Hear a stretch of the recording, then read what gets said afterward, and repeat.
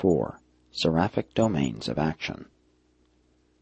The guardian seraphim are not mind, though they do spring from the same source that also gives origin to mortal mind, the creative spirit. Seraphim are mind stimulators. They continually seek to promote circle-making decisions in human mind.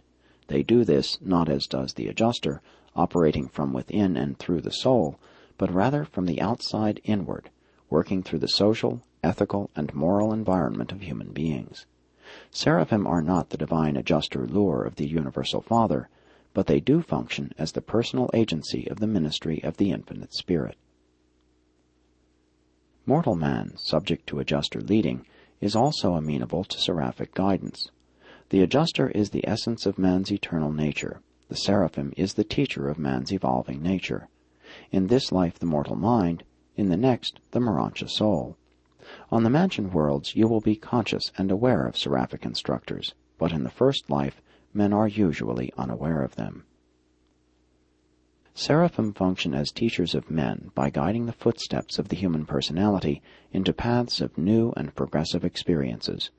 To accept the guidance of a seraphim rarely means attaining a life of ease. In following this leading, you are sure to encounter, and if you have the courage to traverse, the rugged hills of moral choosing and spiritual progress. The impulse of worship largely originates in the spirit promptings of the higher mind adjutants, reinforced by the leadings of the adjuster.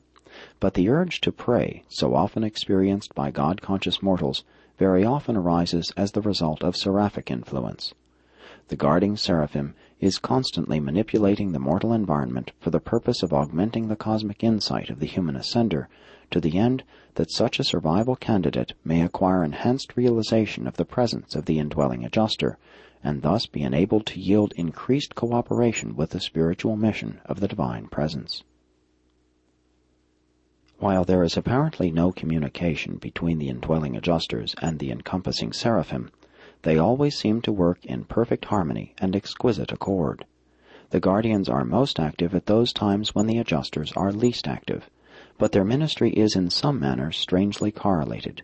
Such superb cooperation could hardly be either accidental or incidental.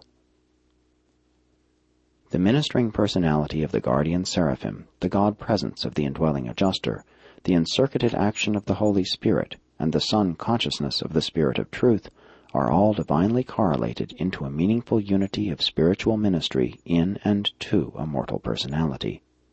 Though hailing from different sources and different levels, these celestial influences are all integrated in the enveloping and evolving presence of the Supreme Being.